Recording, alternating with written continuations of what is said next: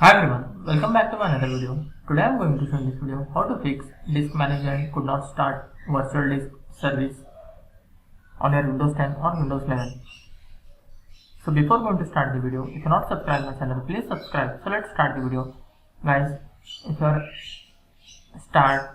unable to start disk management and you are seeing error disk management could not start virtual disk service, then I will show you how to fix this issue.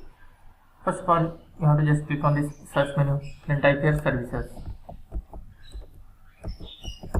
Click on these services.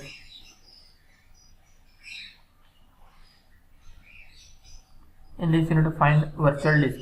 Just press V key, then you will find virtual disk. Right click on that, click on properties. Here you can see startup type, it should be automatic. Then click on log on. You have to allow this check mark, allow service to interact with desktop. Then go back, click on start, click on apply, then click OK.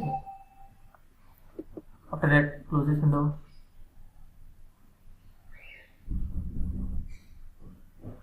Click on the start menu, then type here Windows Firewall.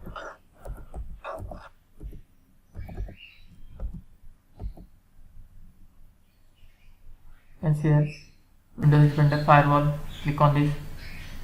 In left side you will find allow an app or feature through Windows Defender Firewall.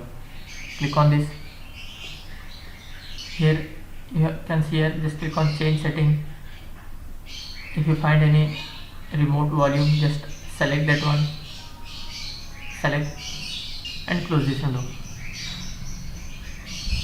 That's it guys. So in this way you can fix disk management could not start virtual disk service. Thanks for watching. Hope if you like this video, please like, share and don't forget to subscribe.